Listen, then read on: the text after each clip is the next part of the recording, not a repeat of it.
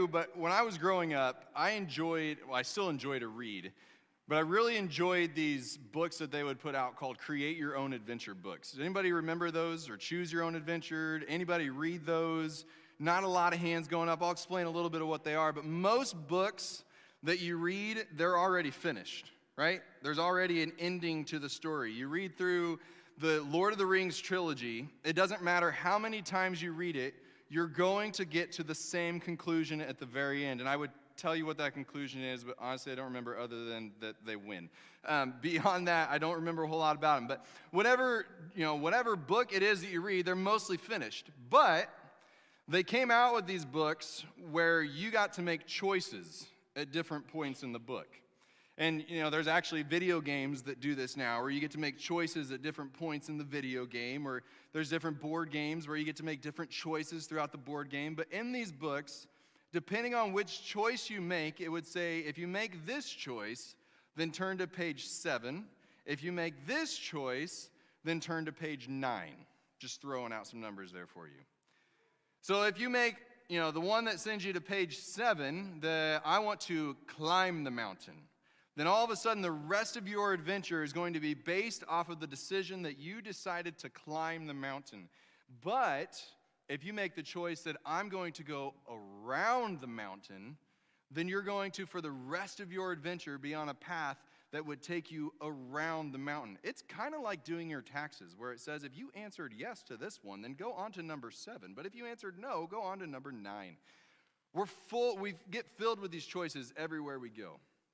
But in these books, I loved it because I would get to the end, and then I would sit there and I would think, man, I wonder what would have happened if I made a different choice at some point along the way. In the book, I could go back and I could make a different choice, and I could just go and see what happened. We know that in life, when your choice is made, you live out that choice, right? You don't get to go back and have do-overs. You can do things to try and fix some things, but you still don't get to do over the decision that you make. In those books, as you would be making them, and in the video games that you make them, I like to play Madden, I admit it. I still like to play Madden, even though it's not what it used to be. But as you're playing these games, it gives you different decisions that you can make for your player in the games and everything, and that changes the trajectory of your player as far as what team they might be on, what position they might play, all those different types of things. But with questions that they're asking in the book or the video game or the board game, I find that I'm so often making the decision based off of my real life values.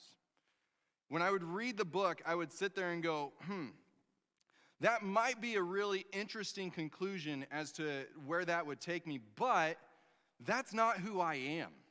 I'm the type of person that wants to go over the mountain.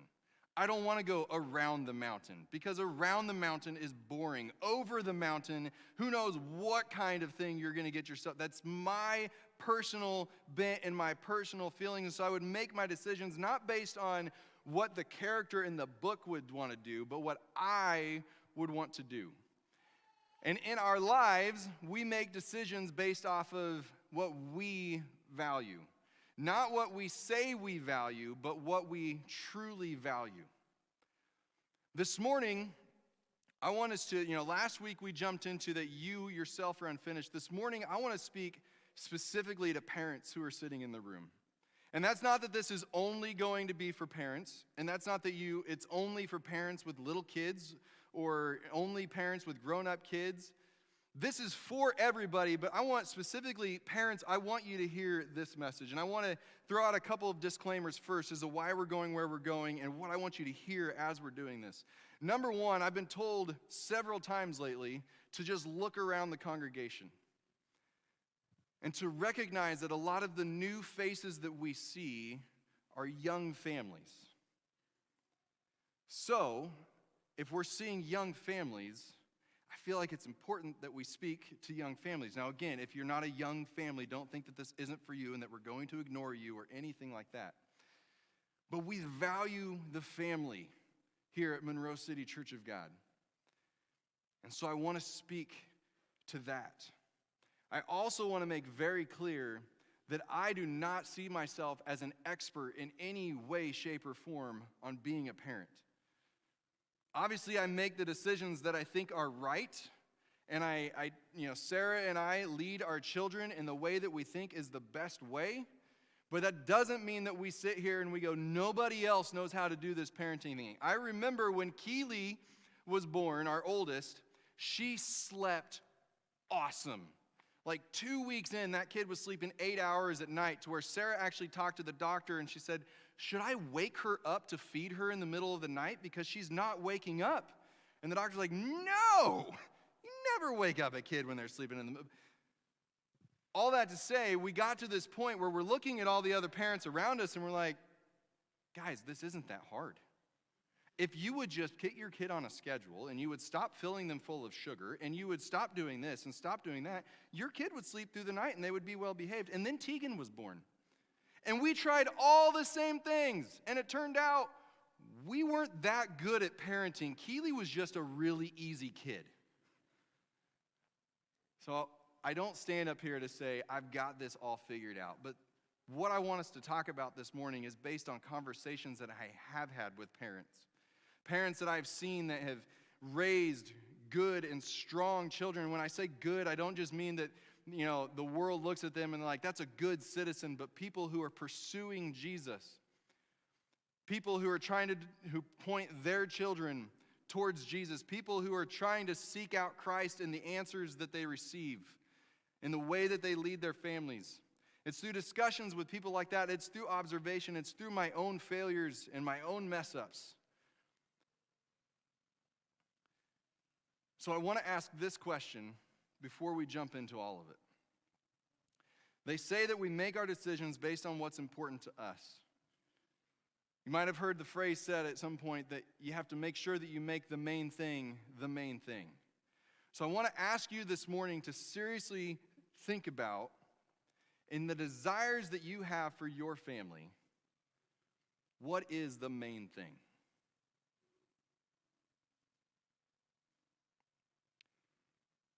As you think forward to the future, there are some of you in this room who you don't have kids. You're young enough that's way out in the future for you. What decisions are you going to make that if that day comes, what's going to be your main thing? It's easy for us to say something is our main thing.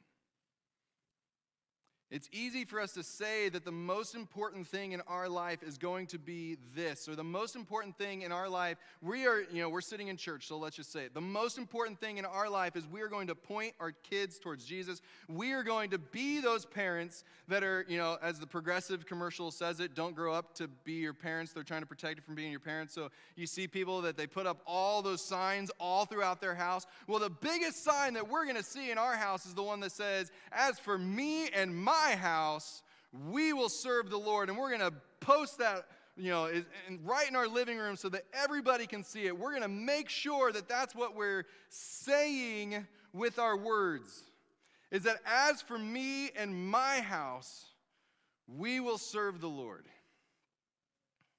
But it's important for us to remember that actions and words, whether passive or active, all communicate our main thing. Just wanting to follow him does not finish your family. Just saying that we want to follow him does not finish our family. As we read through that passage and we see those words that Joshua said all those years ago, that as for me and my house, we will serve the Lord, we have to remember that serving is active. Serving is an action, not a word. It means that we have to do the things that we say we're going to do, not just say the things that we say that we're going to do. And I think that's the trap that we can so quickly fall into, is we say that the main thing in our home is we are going to serve the Lord. But if people look at our actions, they see that there are so many other things that come first. I believe, and you've probably heard it said, that the family is under attack And I don't mean that the family is under attack from the liberals or the conservatives or the LGBTQ plus or the Black Lives Matter movement or any of those things. I'm not saying that the family is under attack from any of those. I'm saying the family is under attack from an enemy that is much less visible than any of those things that we like to say are tearing down the family. And we are ignoring the true enemy. That enemy loves to see families separated by divorce. That family loves to see siblings hold on to grudges from years past. That family loves to see parents let the children run the home and make all their decisions based on the schedule of the child. That family loves to see us get so busy that we don't have time for Jesus anymore. That enemy loves to get creative in subtly tearing us down and causing us as parents to not do our job as parents. John Mark Comer, a pastor out in Portland, Oregon, which you probably really don't care about this, but I think it's interesting. The local church that he leads actually bought the building from the local church that my brother used to be the youth pastor at. So there's like this weird kind of, we like to see what's going on in Bridgetown because we used to have family that was in that church. And actually had a brother who was on the board of that church when they made the decision to, the building, when they made the decision to sell it. But anyway, all that to say, John Mark Comer says these words about parenting. Good parenting is a simple, though hard to master combination of spirit and truth. So often we think that good parenting is about making sure that our children are happy and making sure that our children are provided for, making sure that our children have a better and easier life than we have, making sure that our children grow up in a United States that's the United States that we like to look fondly back at. But good parenting, and I agree with John Mark Comer on this, good parenting, it sounds so simple, but it's this hard combination of spirit and truth. And what do we mean by that? Spirit is being present and being relational. It's being, and I realize, and I know some of you are going to say, you don't understand, my job does this and my job does that. I realize we can't be with our kids 24/7. That would be miserable for everybody involved. But are we present in their lives? Do we show them that we care about their lives? Do we have a relationship with them? Or is this simply I've got to get through these 18 years to get them out of the house? Or I've got to make enough money so that they don't need me to be in their lives? Are we being present and relational in them and combining that in that presence of speaking truth in their lives? And when we say speaking truth, I mean speaking reality over that child. There's a lot of people speaking into the life of your child. There's a lot of different places that they can go to come away with a version of truth, a version of reality. What are you speaking into their lives? Or are you just allowing Disney to speak all the truth into their lives? Are you allowing, I guess Jake and the Neverland Pirates was when my kids were a little bit younger. Are you allowing the cartoons to speak the truth into their lives? If your kids are getting older, are you allowing Marvel to speak truth into their lives? Or are you speaking reality over their life? Because I'm telling you, there is a very clear unreality that is being spoken into their lives each and every day. And if we are not willing to be present with them and speak that truth into their lives, the truth into their lives, they will hear a different truth. And again, I said I'm speaking specifically to parents this morning, but if you don't have kids, there is a world around you that is hearing the same stuff. Are they hearing anybody speak reality into their life? Or are they only hearing the lies that the enemy is trying to bring towards them? How do we put together that combination of spirit and truth? I wish that I had the manual for you. There are books and books out there that you can read. There are sermon upon sermon upon sermon that you can read that would say, this is what you do. But in my observations and in my conversations, in my prayers and my own failures, one of the things that I would say is that we have to understand that parenting is our responsibility first. Parenting our children and speaking that truth into their lives is our responsibility first. It's not the school's responsibility first. Parents are all up in arms all over the United States about what schools are teaching, and sometimes I sit there and I wonder, how many of you actually talk to your own kid at home about the things that you are so upset about schools teaching? How many of you are preparing your kid for when untruth is spoken into their life and how they understand how to get through the lies that are being spoken? Or are we just so busy yelling in the United States at the school boards that we forget that we have a responsibility at home first? Parenting is first and foremost your responsibility. It's not first and foremost the schools. It's not first and foremost the medias. It's not first and foremost the tablet. It's not first and foremost the church's responsibility. There is a partnership, and should be a partnership in each and every one of those. Especially in the church, there should be a partnership. And we love partnering with you as you parent your child, but we are not the parent for your child.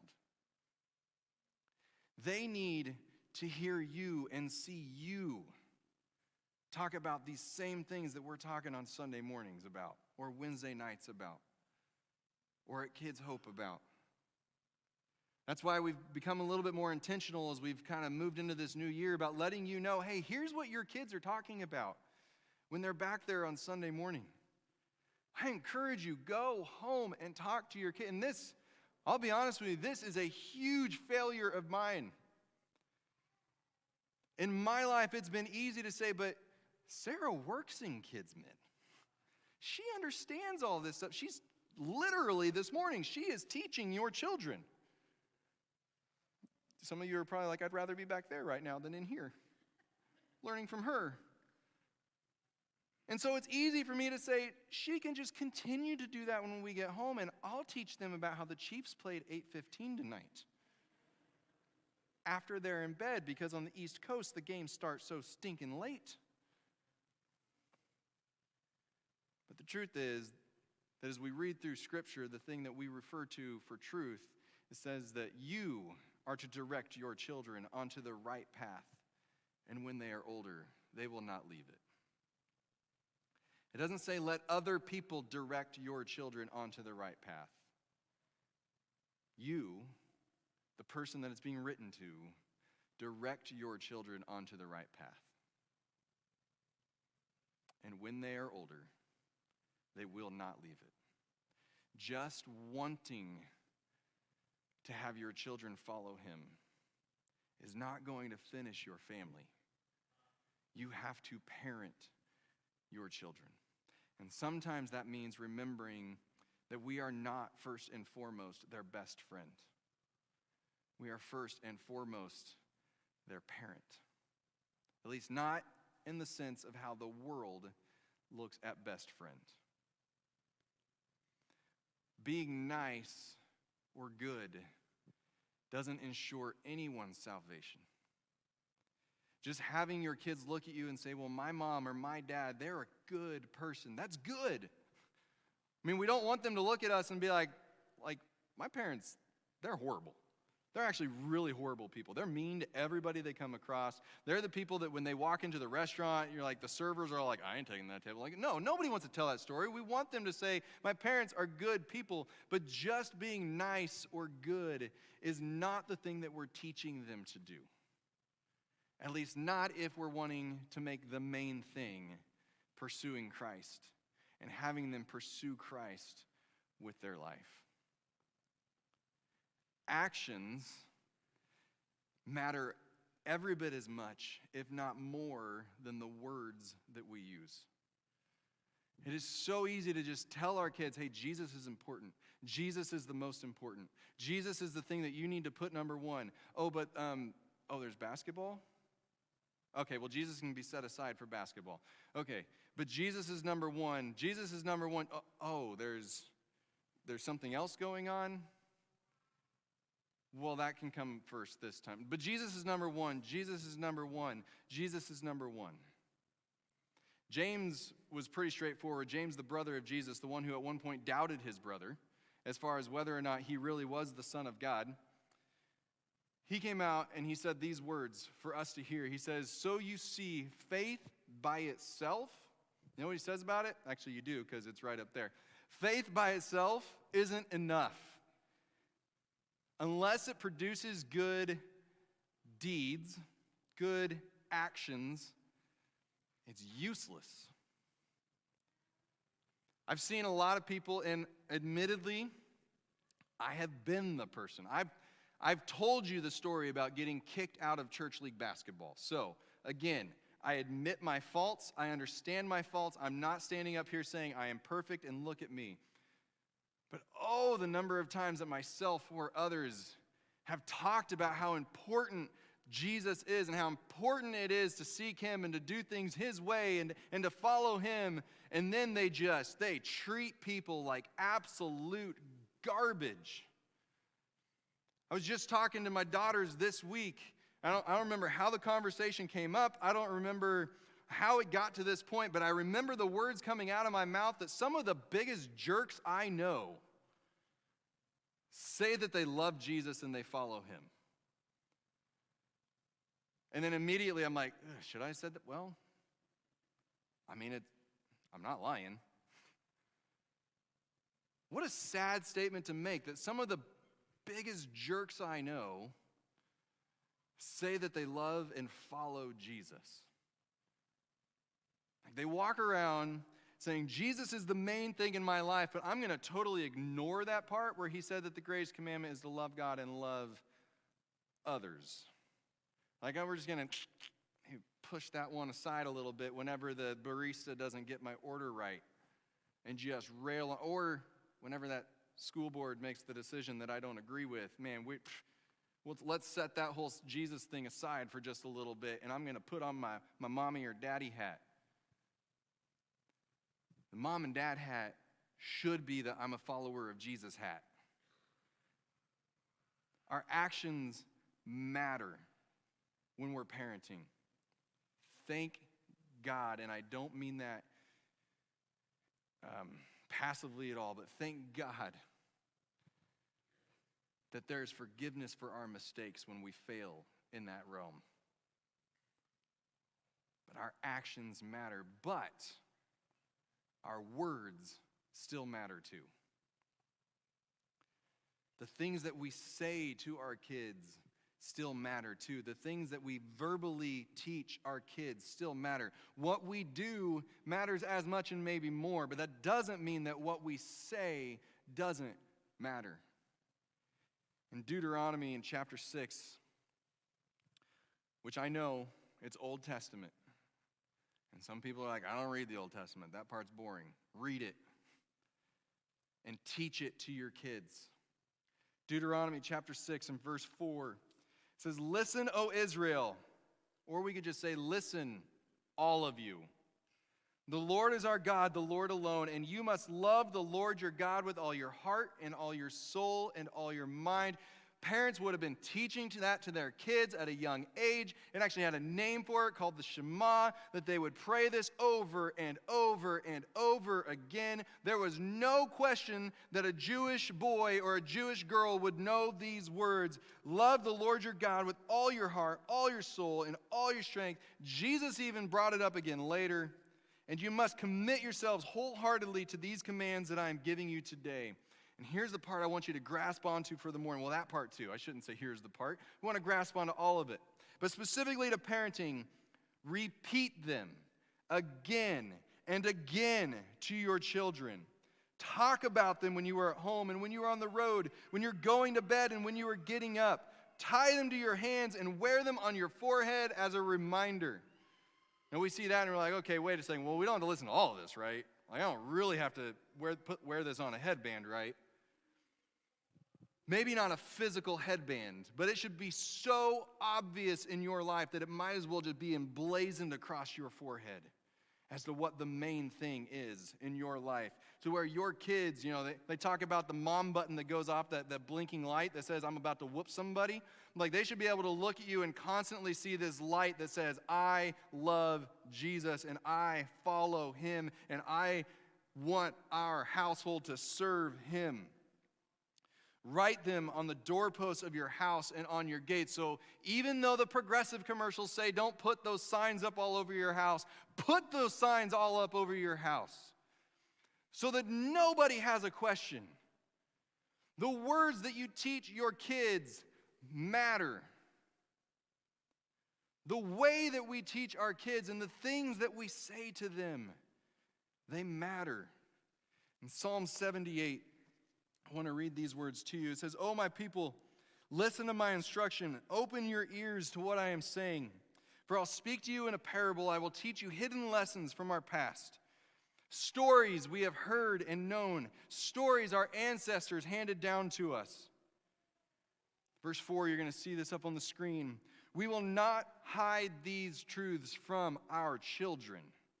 We will tell the next generation about the glorious deeds of the Lord, about his power and his mighty wonders."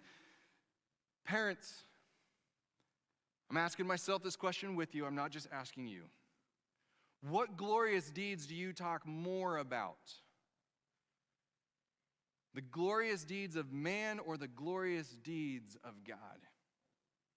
What's discussed more in your home? The way of the Father, or the cool thing that I saw on TikTok or Instagram or Facebook or the news, or what do they overhear you talk more about? God or the vaccine? God or COVID? God or BLM?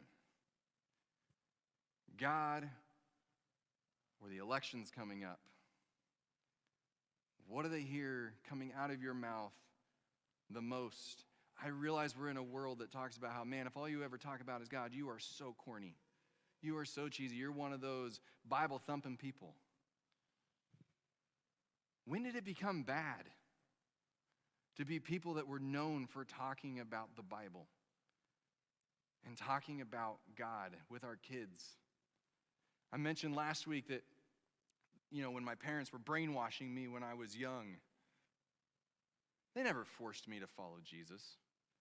But you better believe I heard him talked about a lot in our home.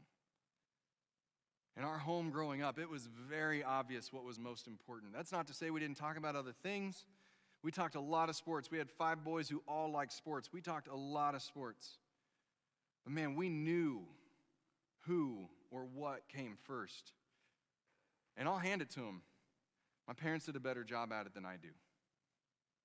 I should have said that last week when they were sitting here on the front row.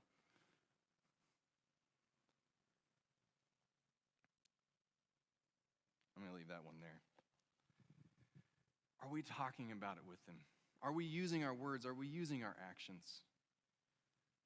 Because just wanting to serve him does not finish your family. It does not save your family. Just saying it doesn't do it. Just trying to be good people doesn't do it. It's a combination of all of it. It's a combination of remembering that this is first and foremost our responsibility. The people who should speak into the lives of Keely, Tegan, and Judah first are Sarah and myself. That's not to say, though, that other people don't matter. Because the lie that the enemy tells us is that isolation is perfectly okay for our family. The lie the enemy tells us is that it is perfectly fine to try and do this thing all on our own. That we can go do all the other things and we don't need the people sitting in this room for anything. Sometimes he uses that in a way of the people sitting in this room, they might actually make a suggestion to you as to something that you can do to raise your child, and you're going to have to act like you're not offended when inside you're wanting to punch them in the face, but really, they were just making a suggestion that was helpful. People my age, look around this room right now and see how many people are sitting in this room who have already raised children, who have already made the mistakes that we're making. And wouldn't it be nice to be able to learn from them and not make the same mistake again? That's not to say that everybody who has raised kids in this room was good at it. I don't know if you were good at it or not. But man, what if we can stop for a second and instead of saying, hey, you butt out, this is my business, I'll take care of it. No, you're first, but you got to have the help of others. And instead we said, I would love to hear what you have to say. You don't have to listen to it. You don't have to do it. But you might find that there's some incredible wisdom in this room. Many times, I believe he uses busyness to isolate us from the people who can help us the most. He uses other things that aren't bad in and of themselves to isolate us from a group of people who are trying to raise their children the same way that we say that we're trying to raise our children. But he's got us so separated because of so many other things going on in our lives that we can't learn from each other. Corrie ten Boom, a long time ago, said that when Satan can't make you bad, you know what he'll do? He'll make you busy. Oh man, he has grasped on to that ability to just make us busy. Oh, you guys want to commit Sunday mornings to following Jesus? Well, I'm going to come at Sunday mornings. I'm going to fill them up with all sorts of other things. You know what I keep thinking? This one isn't scriptural. This might be a little bit of my soapbox, and I admit that right out front. You can ignore me. You can hate me if you want to. I hope you don't. I say it in love, but I know that we can always say we say things in love, and really they're not good things to say. I think this is one of the good ones. I hope. If everybody in this room decided that our children weren't going to participate in all the stuff that gets put on Sunday mornings in a community like this, I don't think they'd be able to do the things on Sunday mornings that they do. There's enough families represented in this room that if we all said we're done playing basketball on Sunday mornings because our kids need to be here, I think they'd stop putting games on Sunday mornings because they wouldn't have teams. But it can't just be one. It's got to be all. This has been a tough one for my family this year. Because Keely's gotten to that age where they're starting to put stuff on the Wednesday nights and the Sunday mornings. And we had to have that very real and open discussion with her that we're not just going to say Jesus comes first. We're going to live it. And don't hear me telling you that if you skip church that you don't love Jesus. It's not what I'm saying. But we've decided in our home that other things will not pull us away from this. And so she missed a couple of cheerleading things at the beginning of the year. And she was afraid that the cheerleading coach would think that she wasn't committed and that she would miss out on things. But what we found is that by having an open conversation with her coach, that's not what happened. Her coach actually understood a lot more than we gave her credit for ahead of time. But I was proud of my daughter when she didn't fight back and she didn't complain. She understands that this comes first. And we've screwed up a lot of things. But that is a conversation that we have had over and over and over again in our home. And it's not just because I'm a pastor of a church.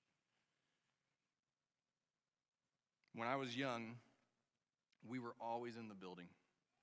And I remember the moment on a Wednesday night where I looked at my mom, who was my youth leader, and I said, I'm not going back to youth group. I'm done. I don't remember what happened that night. I probably had a fight with a friend. I told her I'm not going back there anymore. And you know where I was the very next week? I was right back. And I don't remember sitting there going, I hate you for putting me here, because my parents had a very real conversation with me about it. Not everybody's story is going to be that easy, and I understand that.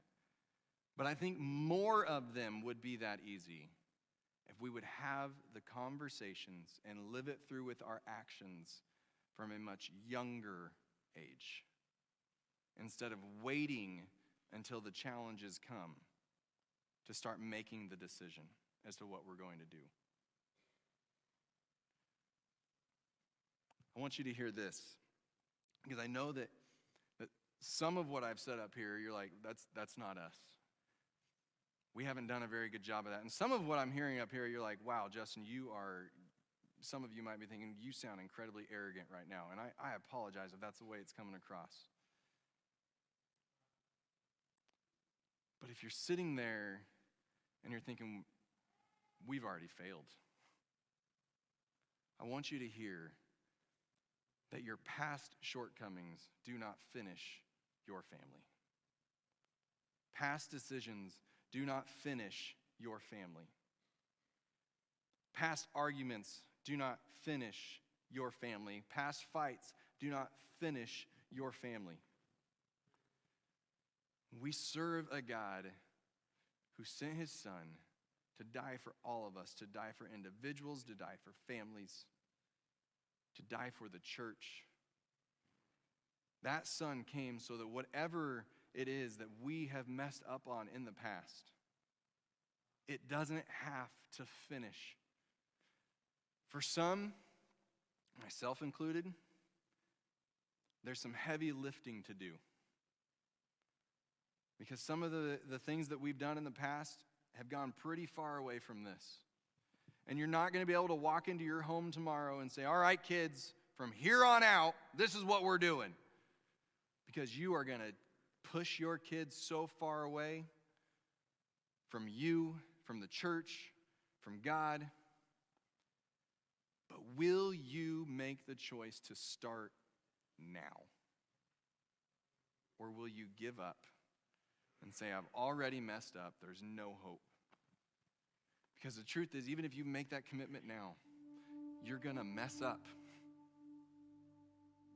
I'm finding that parenting has a lot to do with failing and then figuring out what to turn to next. Which decision to make in the choose your own adventure story that will point us the closest towards where we want to go. It's not saying, oh man, I made the wrong choice last time, I don't like where this is headed, and closing the book and saying, I give up. It's pursuing Christ and saying, what's the next decision that I need to make? What's the next conversation that I need to have? Where do I need to step up? Where do I need to step down? It's pursuing him each and every single moment and not thinking that we have it all figured out. Anyone in this room with multiple children has probably made the comment at some point or another that the first child is the experimental child. They're the ones where you have no clue what to do, and you're trying to figure it all out. Some of us have made some great decisions. Some of us have made some great failures. Most of us have made some of both. But God's here to say it's not finished based on where you are right now. Keep moving forward. Keep pursuing me in the next decision. If you're in the room and your kids have moved out of the house, and there's some things that you're sitting there and you're like, I could have done that a lot better. Hey, do what you can to open up that door of communication, because your family isn't finished yet. And this body is a family. If you're sitting here like, I don't have any kids, you still have family, and you still have people in your circle of influence that you can live out these same values with.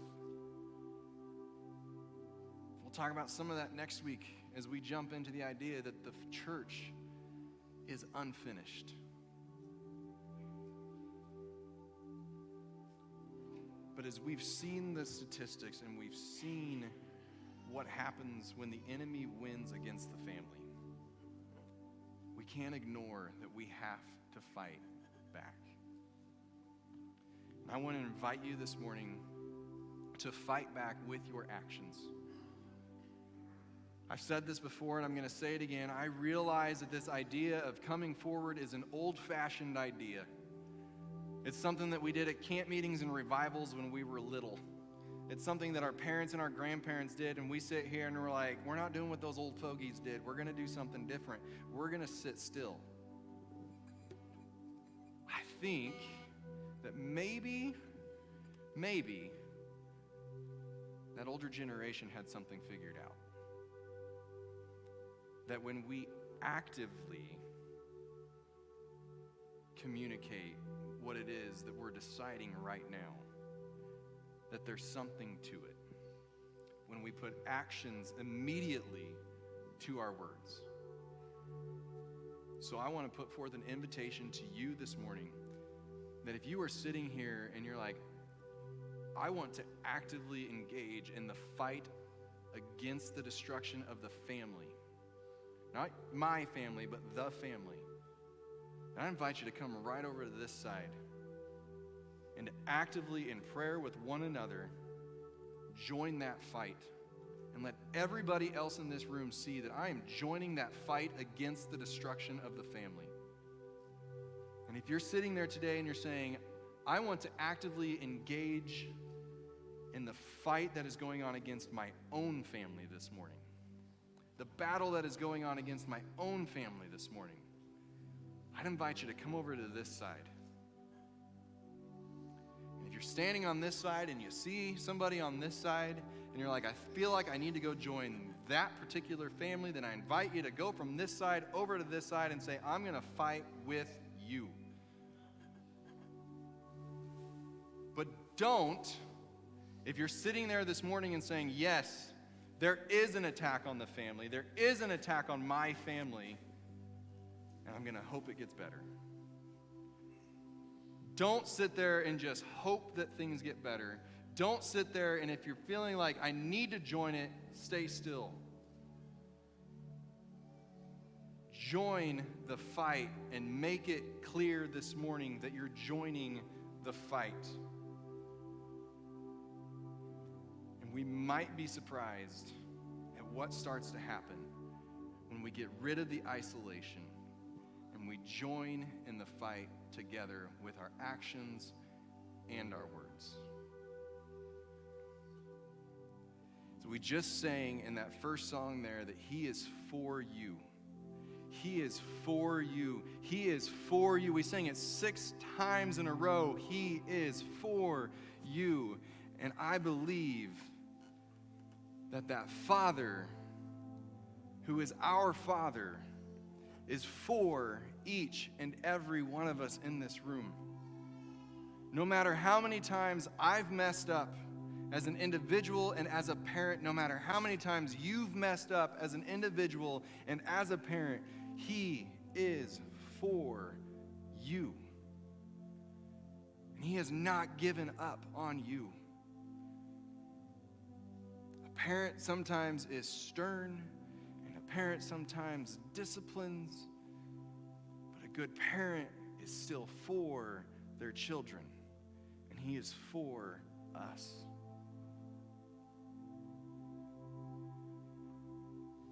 My prayer is that not only with our children would we be there in spirit and truth, but with one another we would be with each other in spirit and truth. And I want you to know that anytime you hear words come out of my mouth That you're sitting there and you're like, Justin, I feel like this morning you purposefully took a baseball bat to my head. That is never my intention. Sometimes we need to hear hard things, and yes, I'm not afraid to say hard things. But my intention is not to hurt. And if that's you and you're feeling that way this morning, He is for you, and I am for you, and this church is for you. And I am not afraid to have a conversation about things that we talk about in here. You don't have to sit there and just take it. But let's talk about it. This isn't me apologizing for what was said. This is me saying, let's talk about it if it's something that was hard to hear. I'm learning. You're learning.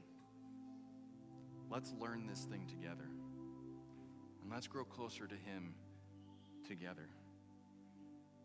Dee's going to tell us about one thing that's coming up, but I'd like to pray for you all first, to pray a blessing over you.